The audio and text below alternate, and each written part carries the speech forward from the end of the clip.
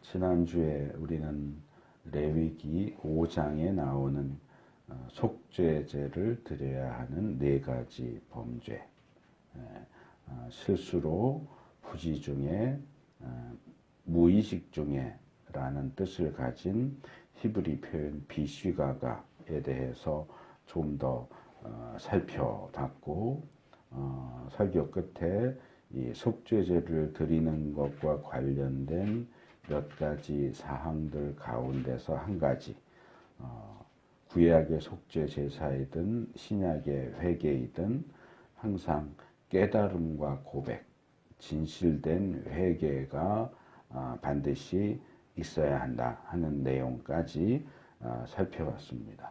그래서 오늘은 이 속죄제를 드리는 것과 관련된 다른 내용들, 나머지 내용들과 또 속죄제로 드릴 수 있는 우리가 4장에서 살펴본 것 가운데서 염소나 양 이외에 이제 새롭게 추가돼서 나오는 비둘기나 곡식가루로 드리는 속죄 제물에 대한 내용까지 살펴보면 이제 속죄 제사에 대한 네 번의 설교가 이제 오늘로 마치게 됩니다. 그래서 먼저 이 지난주에 살펴봤던 속죄 제사에 반드시 회개가 전제되어야 한다 하는 첫 번째 항목에 이어서 두 번째로 여기 5절과 6절 상반절에 보면 읽으시면서 이건 이상한데 라는 생각을 하셨을지 모르겠는데 지금 이 5장 13절까지는 속죄제에 대한 내용이에요. 속죄제에 대한 설명이 쭉 나오는데 6절 상반절에 보면 자기가 저지른 죄에 대한 보상으로 주에게 속건제물을 바쳐야 한다 하는 내용이 나와요. 속건제물은 이제 5장 14절부터 6장 초반부에 이제 비로소 설명이 나오게 되는데 속죄제를 쭉 설명하는 가운데 뜬금없이 속건제를 드려야 하는 내용이 드려야 한다라는 내용이 나오고 근데 또 바로 이어서 양 가운데 암컷 또는 염소 가운데 암컷을 골라서 속죄제물로 다시 속죄제물로 돌아와서 속죄제물을 드려야 한다 하는 내용으로 다시 돌아옵니다. 그래서 속죄제물에 대한 이야기를 하다가 중간에 갑자기 속건제물 이야기가 나오는 것은 이게 왜 그러냐, 뭘 의미하는 거냐 하는 부분을 조금 어떻게 보면 우리가 이 구약의 성경을 읽으면서 그런 문제까지 살펴봐야 될 필요가 있겠나라는 생각을 할 수도 있지만 어쨌든 본문에 나와 있는 문제니까 우리가 한 번 정도 생각을 해보는 것도 좋겠다 싶어서 말씀을 드리도록 하겠습니다.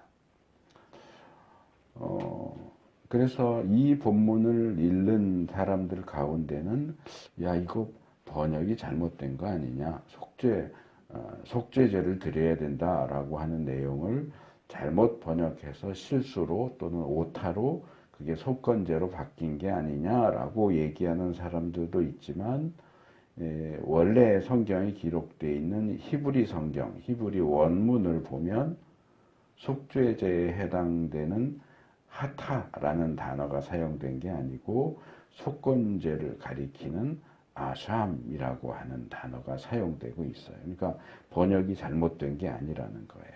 그러니까 원래 성경 본문이 6절 앞부분에서는 속건제를 드려라, 아샴을 드려라, 하타트가 아니고 아샴을 드려라 라고 나와 있다는 거죠.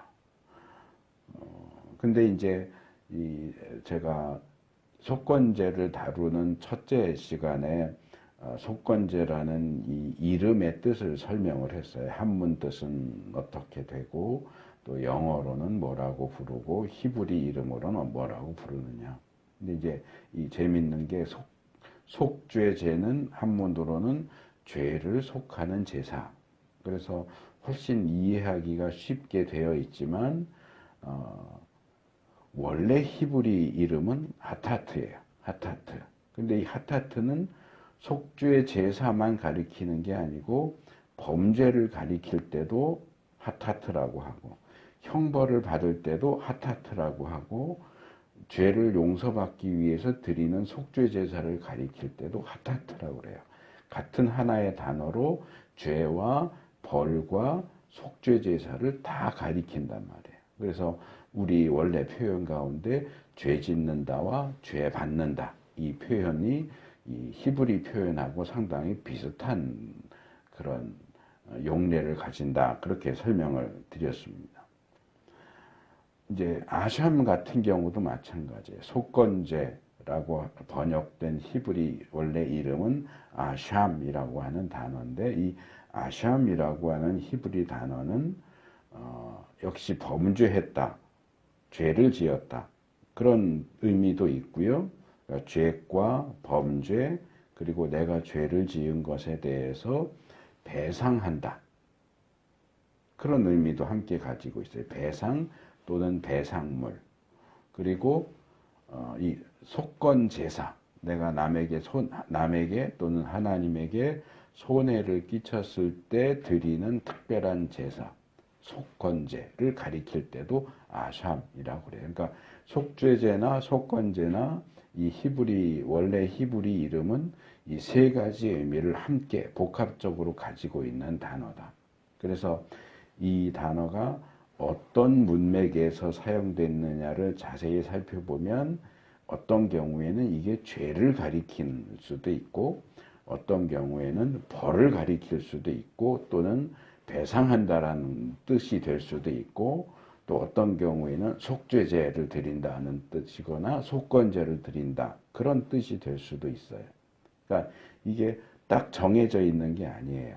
하타트가 사용된다고 항상 속죄 제사인 것도 아니고 아샴이 사용된다고 해서 항상 속건제인 것도 아니에요. 그런데 이제 이 본문에 아샴이 사용됐기 때문에 성경 번역자가 이걸 속건제사, 지금 제사 1장부터 계속 제사에 대한 얘기가 번제, 소제, 화목제, 속죄제, 속건제 이렇게 나오고 있으니까 아샴이라는 단어가 나오니까 이건 당연히 속건제일 것이다 라고 해서 속건제라고 번역을 한 거지 원래 히브리 표현 자체가 이게 속건제를 가리키는 건지 범죄를 가리키는 건지 배상을 가리키는 건지 근데 이 항상 성경을 읽을 때 우리가 문맥을 잘 살펴보는 게 중요한데 어쨌든 본문에서 아샴을 드려야 한다 아샴을 드려야 한다라고 했기 때문에 세 가지 의미 가운데 범죄, 배상, 속건제 중에는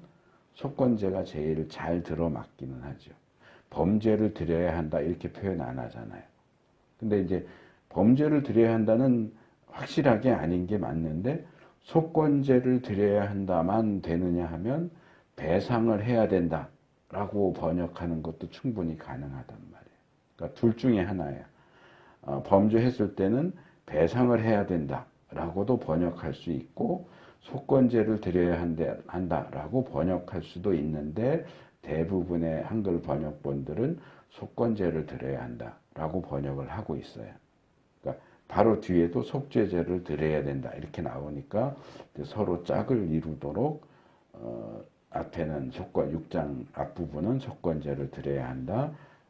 후반부에는 속죄제를 드려야 한다. 이렇게 짝을 맞춰서 번역을 했는데 이렇게 번역할 경우에 문제가 되는 게 제가 처음 지적했던 것처럼 지금은 속건제를 얘기하는 항목이 아니고 속죄제를 얘기하는 건데 속죄제를 얘기하다가 갑자기 왜 속건제 얘기가 나오냐는 거죠. 그러니까 뭐 번제 얘기하다가 갑자기 소제를 드리라거나 화목제를 드리라는 이야기가 끼어 들어가는 거하고 비슷한 거예요. 둘 다 죄 때문에 드리는 제사이기는 하지만 속죄제와 속건제는 분명히 성격이 다른 제사인데 왜 속죄제 드려야 할 부분에 대한 얘기를 하는 중에 갑자기 속건제를 드리라는 이야기가 나오느냐. 그래서 저는 이 부분을 가지고 고민을 하면서 이 본문의 경우는 속건제를 드려라 라고 번역하면 안 되고 배상을 해라 라고 번역을 하는 것이 맞지 않겠는가. 그렇게 나름대로 결론을 내렸습니다. 그렇게 결론을 내린 이유와 근거가 몇 가지가 있는데 예전에도 몇 번 지적해서 말씀을 드렸던 내용이 있어요. 예를 들어서 제사장 위임식을 할 때도 여러 종류의 제사를 드립니다. 속죄제도 드리고 번제도 드리고 소제도 드리고 특별히 이 레위기 앞에 나오는 5가지 5대 제사에는 나오지 않는 위임제사라고 하는 것도 따로 드려요.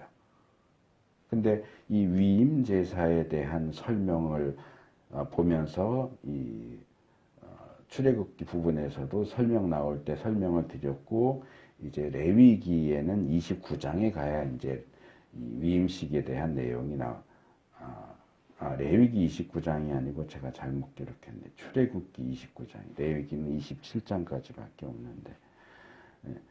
출애굽기 29장 28절에 보면 이 위임제물, 위임제사에 사용되는 위임제물을 출애굽기 29장 28절에서는 그걸 또 화목제물이라고도 부르기도 하고 29장 33절에 가보면 속죄제물이라고도 불러요. 그러니까 이 위임제사에 드리는 제물은 위임제물이지 화목제물도 아니고 속죄제물도 아니에요. 화목제사에 드리는 제물이 화목제물이고 속죄제사에 드리는 제물이 속죄제물인데 위임제사에 드리는 제물은 당연히 위임제물인데 위임제물이라고도 했다가 화목제물이라고도 불렀다가 속죄제물이라고도 불렀다가 이렇게 같은 내용을 가지고 여러 가지로 다르게 부르는 경우가 나온다고 하는 내용을 제가 그때 지적을 해드렸습니다. 그래서 왜 이게 서로 다른 내용인데 서로 같은 걸 가리키면서 왜 위임제물이라고도 했다가 화목제물이라고도 했다가 또 속죄제물이라고도 했다가 이렇게 그 명칭이 이렇게 왔다 갔다 하느냐. 그걸 우리가 어떻게 이해를 해야 되겠느냐.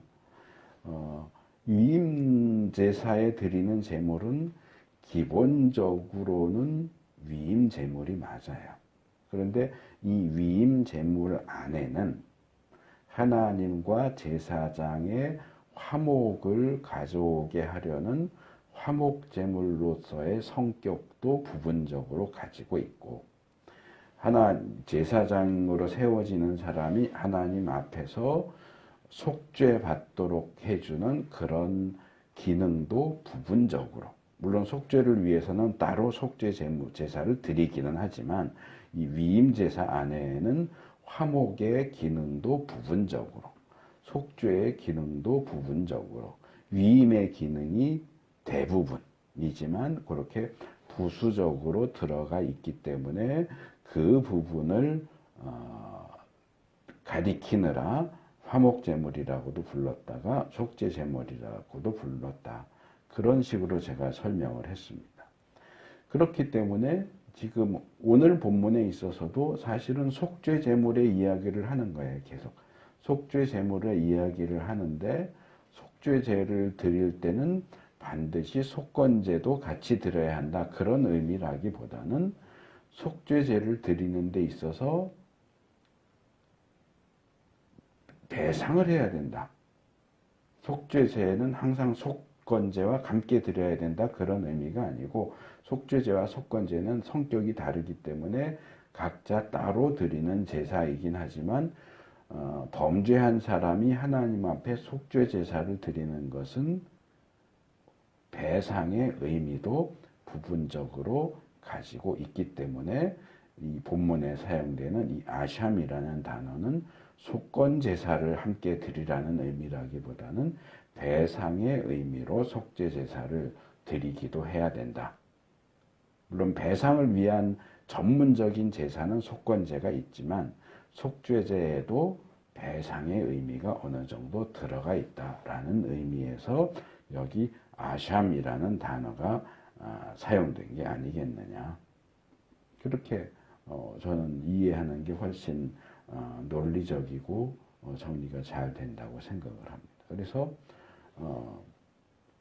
이거는 이제 제가 다음 주에 속건제는 한 번만 다룰 건데 속건제 다루면서 그 말씀을 드릴 거예요. 속건제는 속죄제는 요즘 학자들이 하는 이름으로 하면 정화제사, 죄 때문에 오염되는 것을 막고 그것을 깨끗이 닦아내고 정화시키는 제사다. 그래서 정화제사 이렇게 부르고요. 속건제는 학자들이 요즘에는 배상제사 이렇게 불러요. 속건제는 재산상의 손해를 끼쳤을 때 그것을 배상하면서 드리는 제사예요. 그래서 특별한 방식이 요구되는데 속죄제는 범죄해서 속죄제를 드리는 사람의 어떤 신분이나 위치에 따라 제물로 드릴 수 있는 게 다양해요. 소에서부터 곡식가루에 이르기까지. 소, 염소, 양, 비둘기, 곡식가루 이렇게 다양하게 자기의 형편에 따라 형편에 맞춰서 맞추어서 맞춤 제사를 제물을 드릴 수 있도록 하는데 속건제는 제물이 하나밖에 없어요. 제물이 한 종류예요. 이건 부자든지 가난하든지 속건제물로 드리는 제물은 똑같아요. 그리고 또 하나가 뭐냐 하면 반드시 내가 손해를 입힌 것에 대해서 일정 부분을 더해서 배상을 해야 된다는 거예요. 물어줘야 된다는 거예요. 내가 저 사람한테 10만 원을 손해를 입혔다. 그러면 10만 원만 돌려주면 안 되고 10만 원의 일정 부분을 더 붙여서 배상을 더해서 더 많은, 그렇다고 뭐 20만 원, 30만 원은 아니지만 뭐 12만 원, 15만 원 이런 식으로 배상을 하는 것이 요구된다는 거예요. 배상을 하지 않고 속건제만 드리면 하나님이 그 속건제를 받지 않으세요. 근데 속건제는 이렇게 배상에 대한 내용이 굉장히 강하게 주장되는 반면에 속죄제의 경우는 배상에 대한 내용이 이제까지 한 번도 나오지 않았어요. 그러면 속죄제는 또 죄를 지었어도 배상하지 않아도 되느냐? 아니요. 속죄제도 어쨌든 죄이기 때문에 배상이라고 하는 측면을 분명히 가지고 있고 지금 오늘 본문 5장 6절에 속건제라고 번역된 아샴이 속건제라기보다는 배상의 의미를 함께 가지고 있다는 점을 지적하는 거라고 그렇게 볼 수 있습니다. 그래서 어쨌든 우리가 죄를 지었으면 배상을 해야 돼요. 죄 지은 대상에게 사람이 됐든 하나님에게 됐든 여기 6절에서는 하나님에게 배상하라고 그러죠. 하나님에게 배상을 하고 속죄죄만 드리면 되는 게 아니고 회개만 하면 되는 게 아니고 배상을 하는 것이 필요해요. 당연히 내가 죄 지은 부분에 대해서 그것을 갚아야 하는 책임도 함께 가지고 있다 하는 부분을 강조하는 내용으로 이해를 하면 될 것 같습니다. 그 다음에 세 번째로 이제 조금 전에 잠깐 말씀드렸지만 이 속죄제는 다른 말로 속죄제사는 다른 말로 정화제사라고 부른다 그랬습니다. 그래서 이 속죄제를 통해서 우리가 보게 되는 죄와 정화 또는 정결. 왜 범죄했을 때 속죄제사를 드리는 게 필요하냐? 왜 범죄했을 때 그 범죄한 것을 정화시키는 것이 필요하냐? 또 죄를 정화시키는 것이 왜 중요하냐? 이 부분, 이게 어쩌면 속죄제에 있어서 제가 볼 때는 가장 핵심적인 부분이에요. 자, 모든 제사, 짐승제사, 번제도 그렇고 화목제도 그렇고 속죄제는 물론이고 속건제도 그렇고 모든 짐승 제물의 피가 그렇지만 비슷하게 속죄의 기능을 다 가진다고 그랬어요. 주된 기능은 따로 있지만 번제는 헌신이고 화목제는 화목이고 속죄는 속죄에 특화된 기능을 가지고 있긴 하지만 그럼에도 불구하고 짐승을 죽이고 피를 드리는 모든 제사에는 기본적으로 속죄의 기능이 있다라고 말씀을 드렸어요. 그래서 모든 짐승 제물의 피가 속죄의 기능을 가지고 있지만 특별히 이 속죄 제사의 피는 죄를 깨끗하게 씻어내는 그런 역할에 특화되어 있는 제사입니다. 그렇기 때문에 다른 짐승으로 드리는 제사도 정화시키는 역할을 어느 정도 약하게는 미약하게는 정화시키는 작용을 하지만 이 속죄 제사가 아주 특출나게 그 역할을 감당하기 때문에 속죄제를 정화제사라고 부르는 겁니다. 자, 죄는 뭐냐?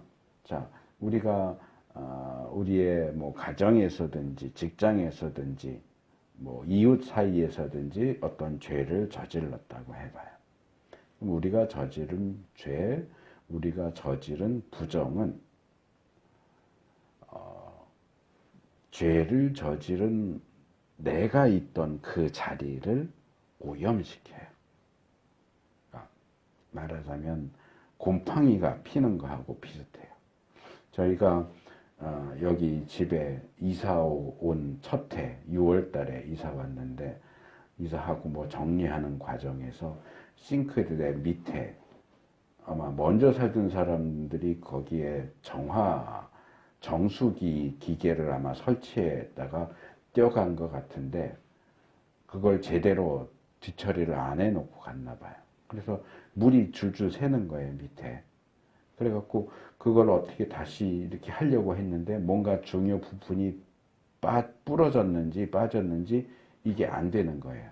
그래서 손을 보려고 그러다가 오히려 터져가지고 물이 엄청 나왔어요. 그래서 아는 집사님 불러서 결국 고치긴 했는데 그 과정이 한 이틀 정도, 사흘 정도 걸렸고 그렇게 물이 엄청 쏟아져 나오고서는 저희가 이사해 온 여름에 저희 집에 곰팡이가 엄청 피었어요.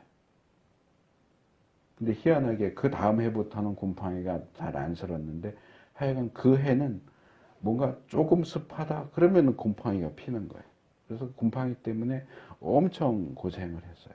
그래서 이 곰팡이가 뭐 이렇게 찍어서 묻힌 게 아닌데도 아마 공기 중에 날아다니는 그런 것 때문에 그런지 조금 습하다 그러면 이쪽에도 생기고 저쪽에도 생기고 엄청나게 퍼지는 걸 봤는데 죄는 그런 곰팡이 같아요. 그래서 제가 이 자리에서 죄를 지었으면 제가 범죄한 요 자리에 말하자면 곰팡이가 피는 거예요. 근데 이 자리에 곰팡이 핀 게 이 자리에만 있는 게 아니에요. 이게 슬금슬금 퍼져요. 일부러 퍼뜨리는 게 아닌데도 이 곰팡이의 속성이 그래요. 지가 살아남을 수 있고 뿌리를 내릴 수 있는 환경만 되면 여기에 있던 곰팡이가 여기에도 있지만 저쪽에 가서도 피고 저쪽에 가서도 피고 그래서 점점 이 곰팡이의 세력을 넓혀가는 거예요. 점점 오염을 시키는 거죠. 그래서 지금 성막이 가운데 있잖아요. 이스라엘 진의 가운데 있고 삥 둘러서 레위 지파 사람들이 있고 그 다음에 세 지파씩 동서남북 나눠서 삥 둘러서 그렇게 진을 치잖아요. 그래서 어느 한 구석에 있는 어떤 사람이 범죄를 하면 그 사람이 살고 있는 집 텐트죠. 이 광야 시대에는 텐트 치고 살았으니까 그 텐트에 곰팡이가 피는 거랑 같아요. 그럼 이 곰팡이가 옆집 사람 텐트로 옮겨가고 그 지파 전체로 옮겨가고 옆에 있는 다른 지파로도 옮겨가고 이게 점점 퍼지면서 성막 가까이 있는 레위 지파 사람들 텐트로도 옮겨가고 결국에는 성막으로 옮겨가요. 그래서 이 이스라엘 진영 전체가 곰팡이 천지가 되는 거예요. 그래서 이게 성막까지 곰팡이가 침투해서, 죄가 침투해서 성막이 오염되면 어떻게 되느냐. 하나님이 그 곰팡이 피고 지저분하고 죄로 가득한 그 자리, 그곳이 성막이라고 할지라도 거기에 더 이상 머무르실 수가 없어서, 능력이 안 된다는 게 아니고 하나님은 죄를 미워하시기 때문에 죄와 함께 있을 수가 없어요. 그러니까 죄가 마치 홍수 때 물 차오르듯이 하나님이 계신 자리까지 물이 점점 차오르나 버리면 하나님이 그냥 내버려두고 가버리시는 거예요. 그럼 하나님이 이스라엘 진영에서 떠나버리시면 이스라엘은 어떻게 될까요? 하나님이 떠나면 망하는 거예요. 그러니까 제가 지금 곰팡이로 설명을 했고 끝에 잠깐 홍수 가지고도 설명을 했지만 죄가 이래요. 어떤 한 사람의 죄지만 이 한 사람의 죄는 이걸 한 사람이 저질렀을 때 빨리 속죄 제사를 드려서 그 피로 이 죄를 닦아내야 돼. 원인이 되는 그 부분을 깨끗하게 닦아내면, 정화시키면 더 이상 곰팡이가 퍼지지 않아요. 근데 범죄했을 때 속죄 제사를 드려서 그 죄의 문제를 처리하지 않으면, 처리하지 않고 그냥 놔두면 이게 점점점 퍼져가지고 이스라엘 전체 진영을 가득 채운다는 거예요. 그렇게 가득 채워버리면 그건 결국 하나님 가십시오 하는 거랑 똑같아요. 이게 이제 성막에서 그런 거지만 나중에 이제 솔로몬 성전이 지어지고 이제 유다 나라가 망하게 될 때쯤, 에스겔서 8장, 9장, 10장을 보면 딱 그 상황이 벌어져요. 유다가 범죄해서 1차 포로로 잡혀갔어요. 그런데도 회개하지 않고 계속 범죄를 해요. 유다 땅을 온통 죄로, 곰팡이로 가득 채워버리니까 하나님이 성전에서 떠나세요. 성전에 있는 언약궤에서 그룹을 타고 붕 떠오르셔서 성소에서 성소로, 성소에서 성전 뜰로, 이게 이제 동쪽에 출입구가 있으니까 동쪽으로 가시는 거예요. 점점. 지성소에서 성소로, 성소에서 성전 뜰로, 그리고 다시 성전 바깥으로 해서 바벨론으로 가버려요. 하나님이 성전을 떠나가시니까 유다가 완전히 망하는 거예요. 2차 포로, 3차 포로에서 완전히 망해버려요. 속죄제를 드려서 죄를 정화시켜야 하는 이유가 그거예요. 뭐 나 하나쯤이야, 뭐 나 한 사람쯤이야, 뭐 죄 지었어도 속죄제사 안 드려도 뭐 다른 사람들이 다 속죄제사 잘 드리는데 뭐 어때? 아니요. 나 한 사람의 죄 때문에 이스라엘이 망할 수 있어요. 나 한 사람이 지은 죄 때문에 이 나라가 망할 수 있어요. 거기에는 어느 누구도 예외가 아니에요. 꼭 제사장이 범죄해서 나라가 망하고, 왕이 범죄해서 나라가 망하고, 대통령이 범죄해서 나라가 망하고, 뭐 대형교회 목사가 범죄해서 나라가 망하는 게 아니고, 물론 그래도 망하지만 한 사람 한 사람, 교인 한 사람, 믿는다고 하는 사람 한 사람이 범죄해도 그것 때문에 나라가 망해요. 그런 일이 벌어지지 않도록, 범죄했을 때 이 죄가 더 이상 오염을 일으키거나 퍼져나가지 않도록 하기 위한 조처가 바로 속죄제사를 드리는 거예요. 속죄제사를 드려서 그 피로 그 죄를 깨끗하게 닦아내고 제거해서 더 이상 오염이 일어나지 않도록 막는 것이 속죄제사의 가장 중요한 기능이고, 그렇기 때문에 그 부분을 강조할 때는 속죄제사를 정화제사라고 부른다는 겁니다. 그리고 계속 속죄제사를 처음 다룰 때부터도 제가 강조했지만 우리가 일반적으로 오해하는 것처럼 속죄제사는 어떤 죄든지 그냥 속죄제사 드리면 다 용서받는 게 아니라 속죄제사는 비고의적인 죄, 실수로, 무의식적으로, 부주의해서 저지른 죄만 속죄제사를 드릴 수 있다. 고의적으로 지은 죄는 속죄제사를 드릴 자격조차 없다. 그러면 고의적으로 지은 죄는 어떻게 되느냐? 1년에 딱 한 번 대속죄일 때 그 고의적인 죄를 씻어버리는. 그런 고의적인 죄이고 또 1년치를 모아서 한꺼번에 씻어내는 일을 해야 되기 때문에 아예 그날은 1년에 하루를 날 잡아서 대속죄일에 그것도 대제사장이 그 제물의 피를 지성소까지 들어가서 우리가 이제까지 살펴본 속죄제에 있어서는 제일 중하게 보는 제사장의 죄, 나라 전체의 죄도 피를 지성소까지 갖고 들어가지 않아요. 성소까지만 가잖아요. 휘장에 뿌리고 분향단에 바르잖아요. 그런데 대속죄일에는 피를 지성소까지 들어가요. 갖고 들어가요. 왜냐하면 대속죄일에 속하는 죄는 특별한 죄예요. 고의적인 죄이기도 하고 1년 동안 저질러진 고의적인 죄들을 다 모아서 한꺼번에 속하는 날이에요. 근데 이게 만약에 실패했다. 속죄에 실패했다. 그럼 나라 망하는 거예요. 그래서 오늘날 우리에게는 뭐 속죄 제사를 드리고 뭐 피를 뿌리고 바르고 쏟고 이런다고 해서 죄가 뭐 깨끗하게 씻겨지냐, 이건 다 좀 미신적이고 미개한 시대 때 얘기지 뭐 이렇게 생각할 수 있는데 아니요.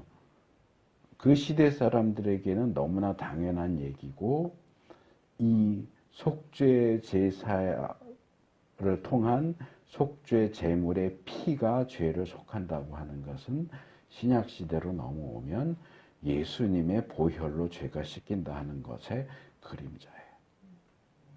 그러니까 벌써 한 20년 정도 된 것 같은데 이 감리교회 종교다원주의 신학을 하는 변선한 교수라고 하는 사람이 현대인들에게 복음을 전하는데 오히려 헷갈리게 하고 혐오스럽게 하는 그런 피 얘기를 뭐하러 하냐.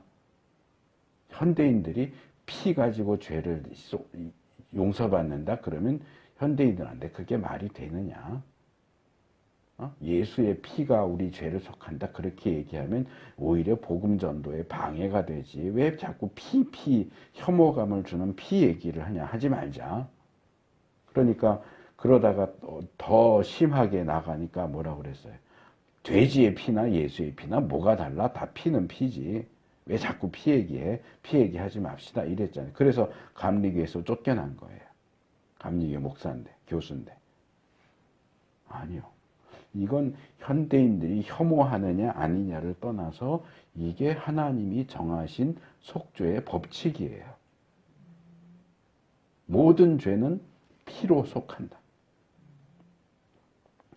예수의 피가 너의 죄를 속한다. 이걸 구약시대 사람들에게 알려주기 위해서는 소의 피, 염소의 피, 양의 피, 비둘기의 피 그걸 가지고 가르쳤던 거고 실제로 하나님이 말씀하고 싶으셨던 것은 나의 독생자 예수 그리스도의 보혈. 그 보혈의 권세로 너희 죄가 용서받는다. 그것 외에는 죄를 용서받을 수 있는 길이 없다. 이게 하나님이 정하신 건데 지가 뭐라고 마음대로 피 얘기하지 맙시다. 무슨 피가 죄를 용서해요? 자기가 하나님이에요?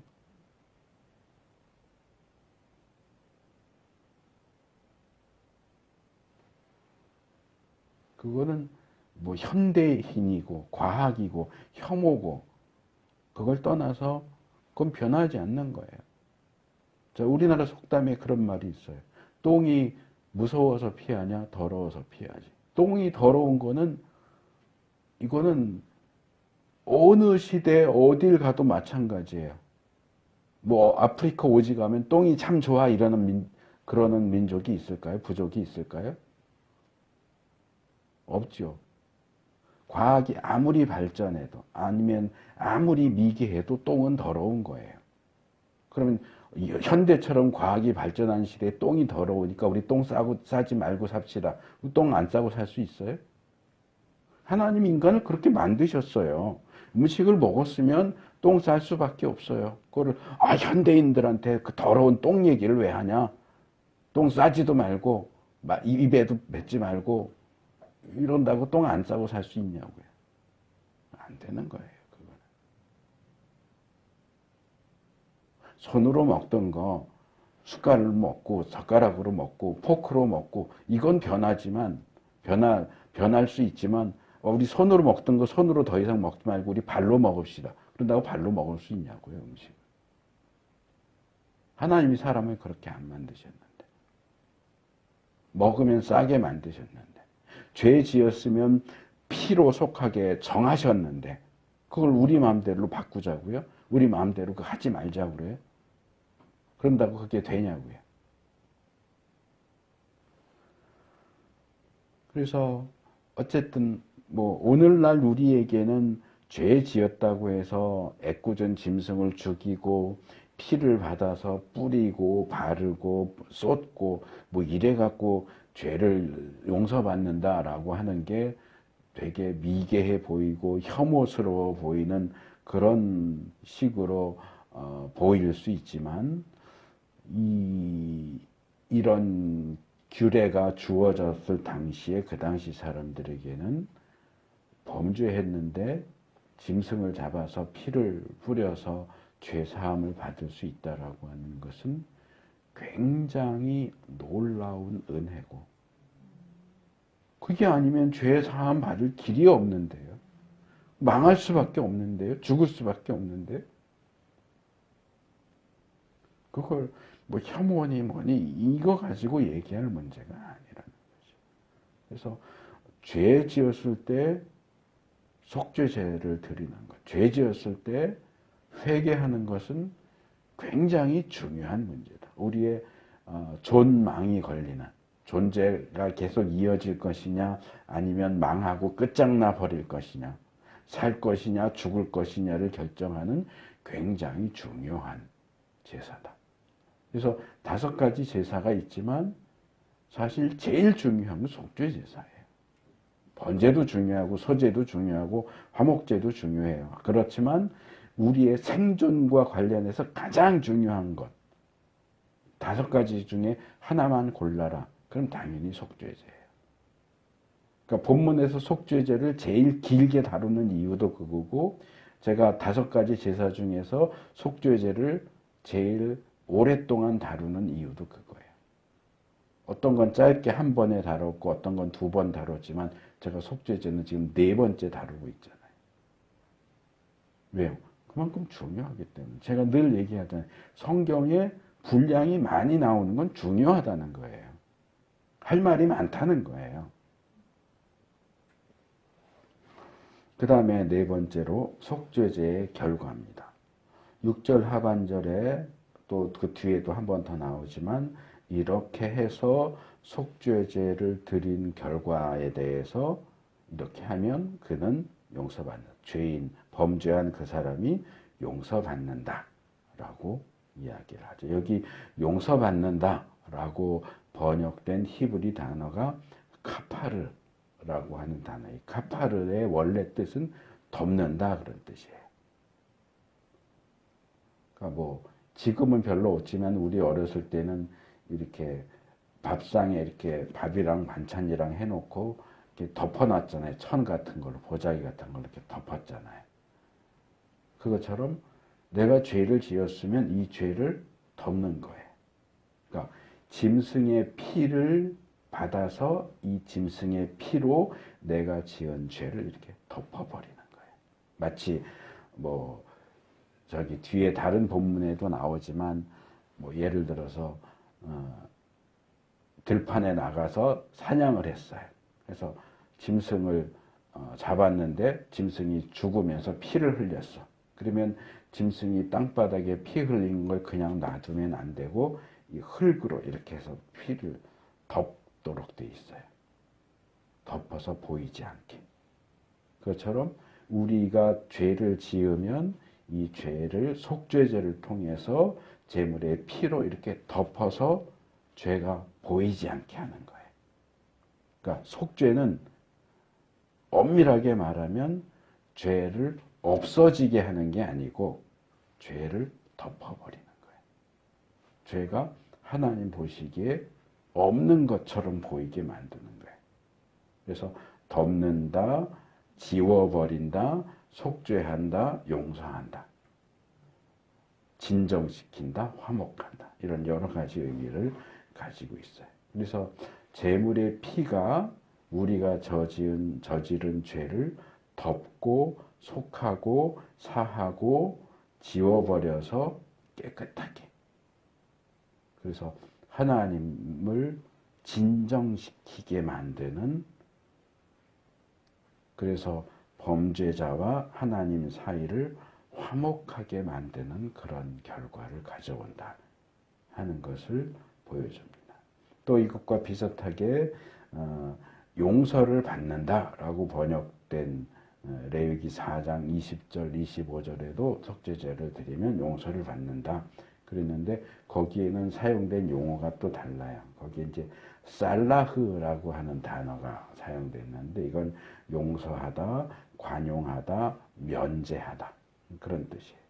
또 레위기 12장 7절에서는 속죄제를 드리면 부정결한 상태, 그러니까 뭐 동물의 시체나 사람의 시체나 뭐 이런 거 만져서 부정하게 된 사람이 속죄제를 드리면 깨끗하게 된다.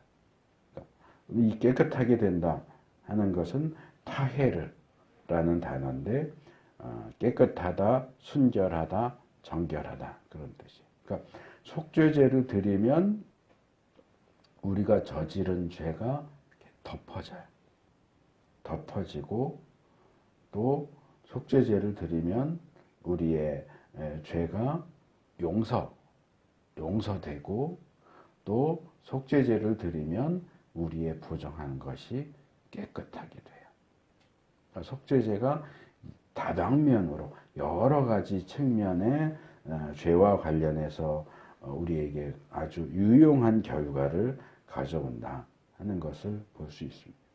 그래서 이런 죄 용서와 관련된 세 가지 용어를 제가 지금 설명을 드렸어요. 카파르, 덮어버린다. 살라흐, 용서한다. 타헤르, 깨끗하게 한다. 그래서 이런 내용들을 전제로 해서 많이 알려진 요한일서 1장 9절에 이 말씀이 있죠. 우리 죄를 용서하시고 모든 불의에서 우리를 깨끗하게 해주신다. 우리가 우리 죄를 고백하면, 회개하면, 속죄 제사를 드리면 하나님께서 우리 죄를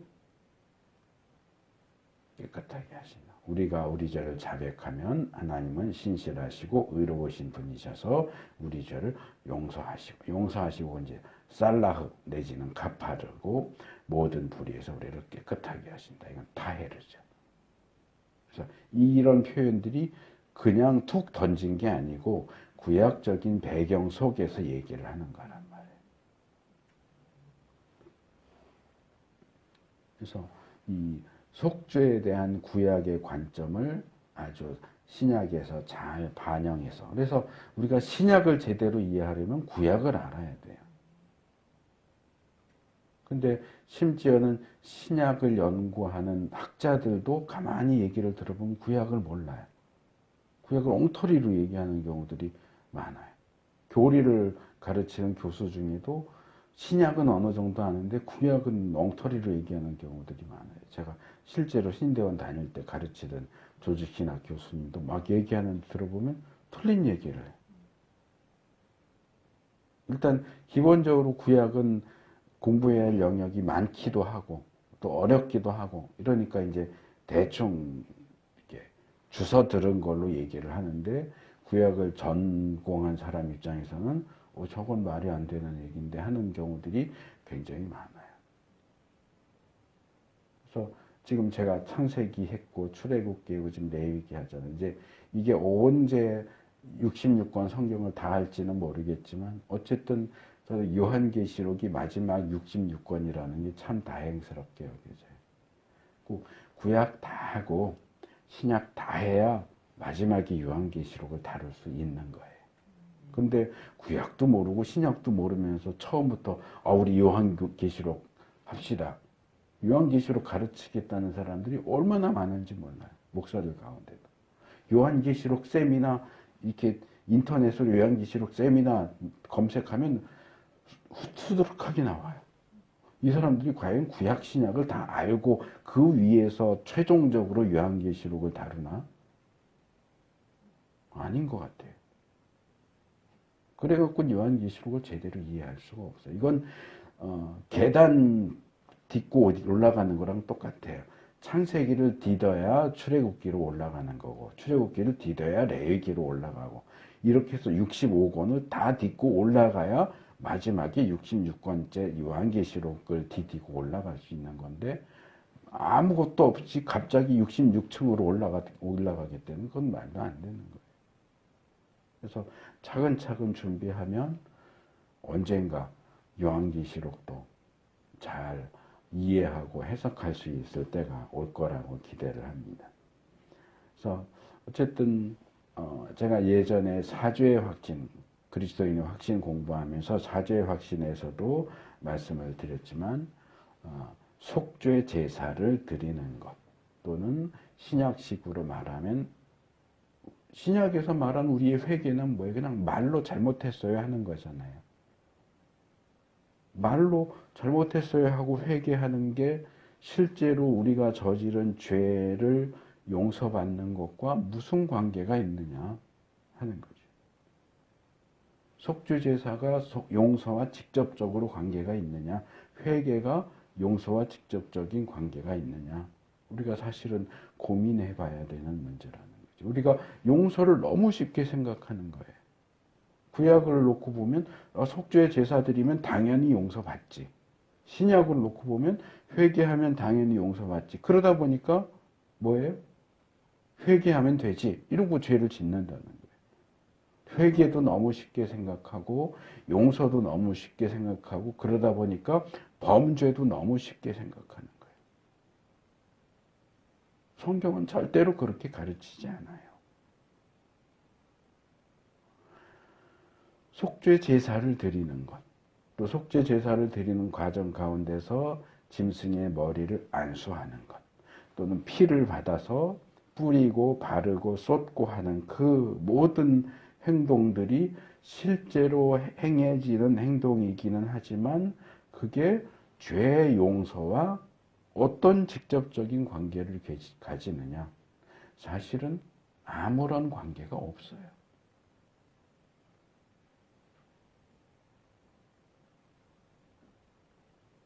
짐승 잡아서 피 뿌리는 게 내가 지은 죄하고 무슨 상관이 있어요? 죄는 내가 졌는데 애꿎은 짐승 죽이는 게 내 죄 문제를 해결하는 거랑 무슨 상관이냐?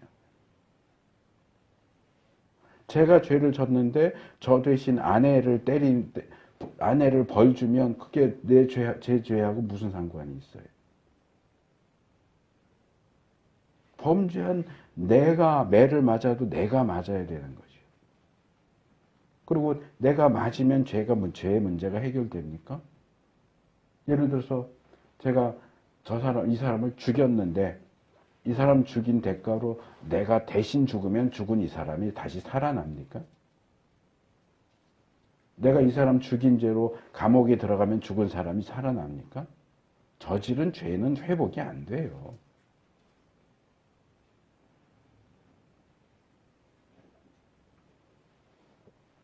그럼에도 불구하고 속죄 제사를 드리면 죄가 용서된다. 회개하면 죄가 용서된다라고 하는 것은 하나님께서 그렇게 정하셨기 때문에. 하나님이 정하셨기 때문에.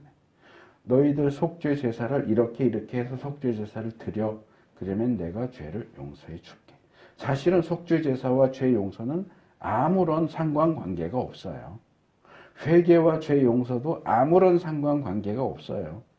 근데 회개하면 용서해 주겠다고 하셨기 때문에 용서가 이루어지는 거지.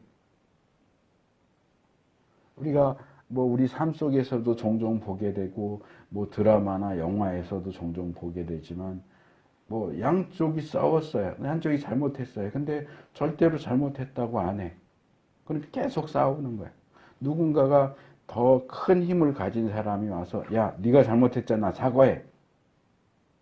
그럼 그때 이제 사과를 하죠. 근데 진심을 담아서 사과하지 않고 그냥 미안해. 됐지? 그게 진짜 사과한 거예요. 우리의 회개가 그런 식이에요. 진심을 담아서 회개하는 게 아니고 진심을 담아서 속죄 제사를 드리는 게 아니고 미안해. 하나님 잘못했어요. 용서해 주세요. 건방지게, 뻔뻔하게. 그러면 그게 죄 용서하고 죄 용서라는 결과를 가져오겠냐 말이에요.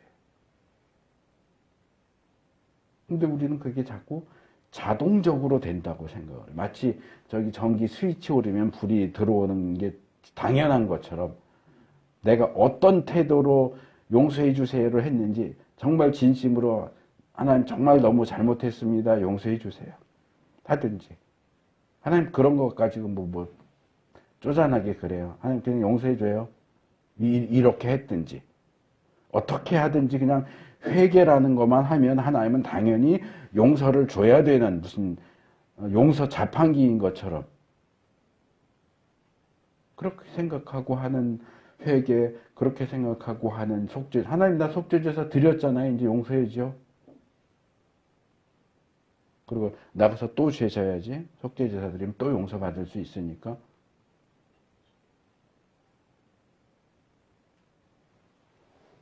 그렇지 않다는 거예요. 하나님이 속죄 제사와 용서를 우리의 회개와 용서를 연관시키시고 너희가 제대로 이렇게 하면 용서해 줄게 하신 배후에는 뭐가 있느냐? 예수님의 십자가의 죽음과 예수님의 보혈이 있어요. 그냥 용서해 주는 게 아니에요.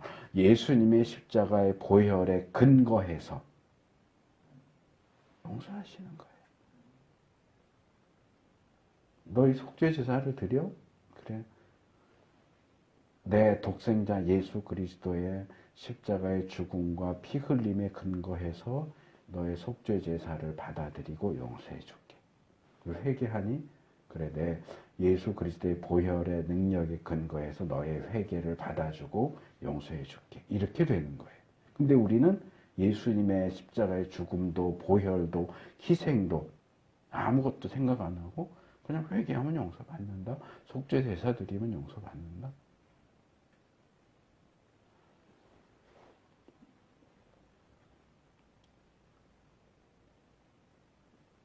물론 자동차가 어떤 메커니즘을 통해서 움직이는지 몰라도 운전 방법만 알면 자동차 운전해서 다닐 수 있기는 하죠. 그러니까 우리의 속죄가 용서가 어떻게 이루어지는지를 제대로 알지 못해도 속죄 제사 드리고 회개하면 용서받는다라는 걸 알면 그렇게 하면 되기는 해요. 범죄하면 속죄 제사 드리고 범죄하면 회개하면 용서. 이게 왜 내가 회개하는데 어떻게 용서가 이루어지는지 속죄 제사 드리면 어떻게 용서가 이루어지는지를 몰라도 그냥 성경에서 속죄 제사 드리면 용서가 될 것이다. 회개하면 용서해 줄게 했으니까 그렇게 하면 그렇게 해서 용서받으면 되기는 해요. 근데 우리의 그 속죄 제사와 회개가 진실된 것이어야 한다는 거죠. 건성으로 드리고 그냥 겉보기로만 그냥 대충 때우는 방식으로 싸운 아이들 둘이서 미안해 됐지 이런 식으로 속죄 제사를 드리고 회개를 한다는 것은 그건 제대로 된 회개라고 말할 수 없다. 어느 정도는 뭐 더 복잡한 신학적인 얘기를 할 것까지는 없고 우리의 속죄 구약의 속죄 제사와 신약의 회개는 예수 그리스도의 십자가의 죽음과 보혈에 근거해서 하나님이 그렇게 양해해 줘서 그렇게 하기로 해서 용서로 연결되는 거지 이게 자동으로 연결되는 게 아니다라는 걸 알아야 돼. 그래서 회개도 조심해야 되고 용서도 가벼이 보면 안 되고 당연히 범죄도 쉽게 생각하면 안 돼. 그래서 영국의 청교도 가운데 어떤 분이 그런 뭐 많이 알려진 말은 아닌데 굉장히 충격적인 발언을 했어요. 누군지는 기억이 안 나는데 그 내용만.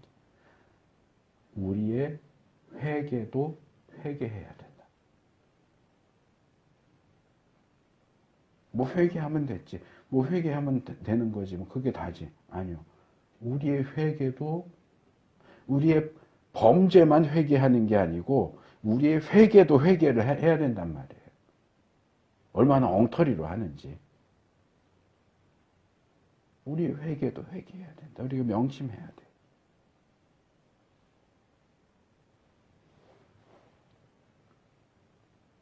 다섯 번째로 제사장 신정론이라고 하는 게 있습니다. 이건 좀 이제 어려운 용어이긴 한데 사실 내용은 어렵진 않아요. 뭐냐면 앞에서도 말씀드렸던 거예요. 한 개인의 범죄 때문에 나라가 망하는 게 말이 되냐? 한 개인이 잘못했는데 공동체 전체가 망하는 게 벌을 받는 게 말이 되냐?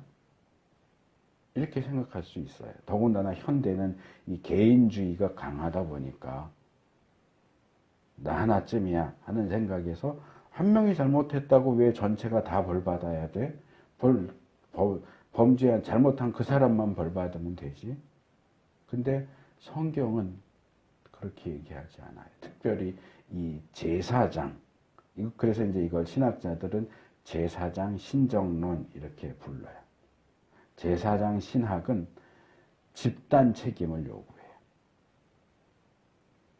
너 한 사람 잘못해도 도시 하나가 망할 수 있어. 나라 하나가 망할 수 있어.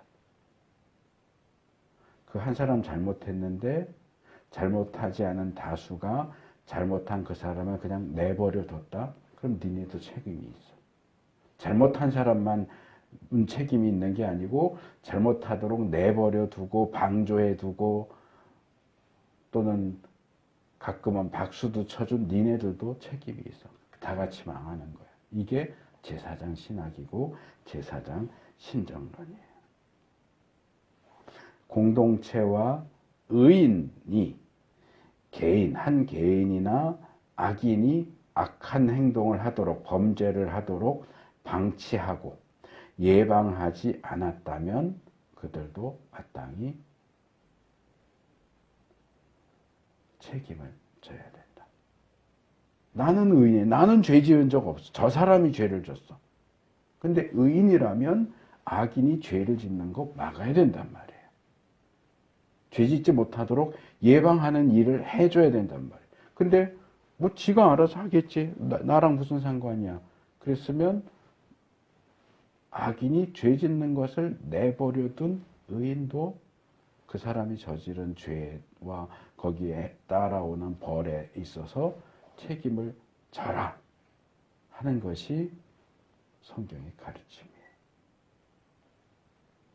의인이든 죄인이든 한 사람이 죄를 지었는데 회개하지 않고 속죄제를 드리지 않으면 하나님이 계시는 성막에까지 그 죄가 영향을 끼치고 오염시키고 부패시킬 것이고 그것이 허용치를 넘으면 하나님이 떠나가요. 하나님이 떠나간다는 말은 다른 말로 하면 하나님이 심판하신다는 거예요. 멸망시킨다는 거예요. 아, 죄 지은 거는 쟤 한 명뿐인데요? 그럼 니들은 뭐 했는데? 죄 짓고 못되게 굴 동안 니들은 뭐 했는데? 너희 같은 형제 아니야? 같은 가족 아니야?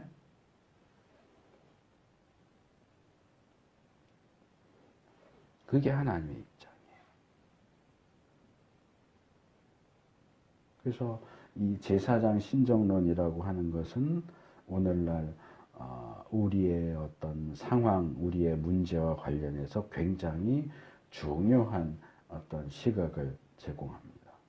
제사장 신학은 공동 책임 의식을 느끼지 않는 무관심도 죄라고 얘기합니다. 그러니까 이 개인주의가 강한 이 시대에는 관여를 안 하잖아요. 서로. 나만 안 하면 되지. 아니요. 성경은 나만 안 하면 되지라는 생각 자체도 죄라고 얘기해요. 벌받을 죄라고 얘기해요. 너는 스스로 의인이라고 생각하면서 악인들이 못된 짓 하는 것을 그냥 내버려 두면 하나님이 내가 마음이 심히 불편하다. 너 그냥 그러고 있는 거 나는 절대로 그냥 봐줄 수가 없다. 너 그것도 죄 짓는 거야. 성경은 하나님 나라의 백성들이 공동체 의식을 가지고 공동 책임 의식을 가지고 죄의 문제에 접근하고 해결할 것을 요구합니다. 나와 직접적으로 관련된 일이 아니라고 해서 모른 척하고 방임하는 것도 마지막 심판 때에 심판받고 책망받아야 하는 굉장히 중한 죄라는 사실을 알아야 됩니다. 이제 마지막으로 속죄 제물에 대한 내용을 추가적으로 말씀드리겠습니다. 6절 중반절에서 13절인데 4장에서는 아까도 말씀드린 대로 위치와 신분에 따라서 죄의 중요도에 따라서 소, 수송아지, 암염소, 암양 이렇게 드릴 수 있도록 했는데 여기에는 암양도 드릴 수 없는 사람, 평민 중에서 일반 백성 중에 형편이 너무 어려워서 양도 드릴 수 없는 그런 사람은 그러면 속죄 제사를 드릴 수 없다는 말이냐? 죄 용서를 받을 수 없다는 말이냐? 아니다. 그런 사람에게도 죄 용서 받을 수 있는 길을 하나님이 열어주셨다. 소위 말하는 유전, 무죄, 무전, 유죄. 죄를 지었는데 돈이 많으니까 비싼 속죄 제물 드리면 무죄가 되고 죄를 지었는데 돈이 없으니까 속죄 제사를 드릴 수 없어서 여전히 죄인으로 또는 죄를 지은 적이 없는데도 죄를 지은 것처럼 되어버리는 그런 일은 하나님이 왕이 되어서 다스리시는 이스라엘 사회에서는 절대 일어나서는 안 된다. 물론 실제 역사 속에서는 그런 경우들이 있었지만 원칙적으로 말할 때는 그런 일은 절대 있어서는 안 된다.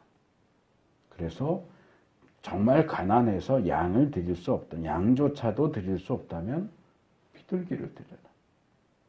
비둘기도 드릴 수 없다면 곡식가루를 드려라. 곡식가루는 피도 없고 그렇지만 그래도 내가 곡식가루 어차피 피 있는 짐승 제사를 드려도 그게 죄 용서하고 직접적인 관계가 없어요. 하나님이 드리면 용서하겠다고 정하셨기 때문에 짐승 제사가 죄 용서로 연결되는 것 뿐이지. 곡식가루 피 없으니까 이거는 피 없으니까 용서할 수가 없다? 아니요. 그것도 하나님이 그냥 정해 주시면 되는 거예요. 비둘기조차도 드릴 수 없어서 곡식가루 드린다? 그래, 곡식가루 드려도 너가 정말 진심으로 죄사함 받기를 원하는 마음으로 곡식가루 드리면 그래, 그건 내가 용서해 줄게. 피가 있든지 없든지 무슨 상관이냐? 내가 용서해 주겠다는데. 피가 있다 없다는 우리가 얘기하는 거고 하나님은 피 없어도 된대잖아요. 피 없어도 진실된 마음으로 회개하고 곡식가루 드리면 용서해 주겠대요. 뭐가 문제예요? 그런데 여기서 우리가 생각해야 할 것은 뭐냐면 이거예요. 아무리 가난해도 아무리 드릴 것이 없어도 범죄했는데 속죄 제사를 드리지 않고는 용서받을 수 있는 길이 없다. 그래, 너는 정말 찢어지게 가난해서 곡식가루를 드릴 능력도 없어. 그러면 너 속죄 제사 안 드려도 내가 용서해 줄게. 그러진 않으세요.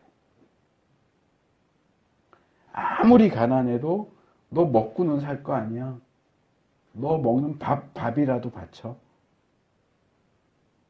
하루 세 끼 못 먹고 하루 한 끼만 먹는다고 해도 그 하루 한 끼 먹는 그 밥이라도 속죄 제물로 바쳐. 그러면 용서해 줄게. 하나님, 나는 너무너무 찢어지게 가난해서 속죄 제물로 드릴 게 아무것도 없어요. 그래? 그러면 용서도 없다. 아무리 가난해도 최소한 네 먹는 밥 한 그릇이라도 받잖아.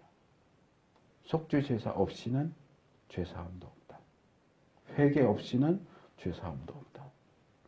우리는 하나님이 번제에서도 배려해 주시잖아요. 소제에서도 배려해 주시잖아요. 돈 없는 사람 비둘기라도 바치게 배려해 주시고, 유향 비싸서 못 사는 사람한테 음식물로 만들어서 바치면 유향 없어도 바치라고 놔두시고 배려해 주시잖아요. 그 배려를 권리로 알면서 하나님, 나는 그것도 안 돼요. 곡식가루도 바칠 수 없어요. 그런 사람은 하나님 용서 안 해주세요.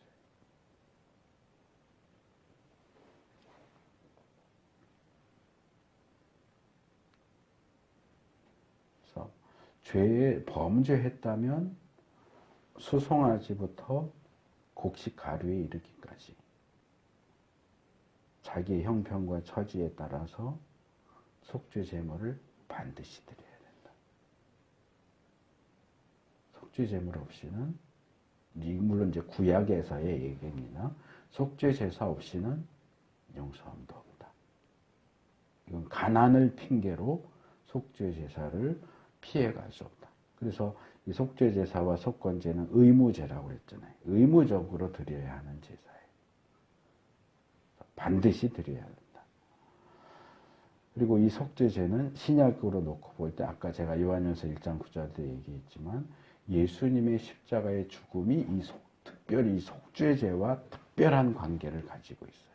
이 속죄제는 예수님의 십자가의 죽음을 제시해주는 어떤 그림자와 같은 그런 굉장히 중요한 부분이기 때문에 우리가 이 죄의 문제에 있어서는 좀 더 관심을 가지고 살펴볼 필요가 있습니다.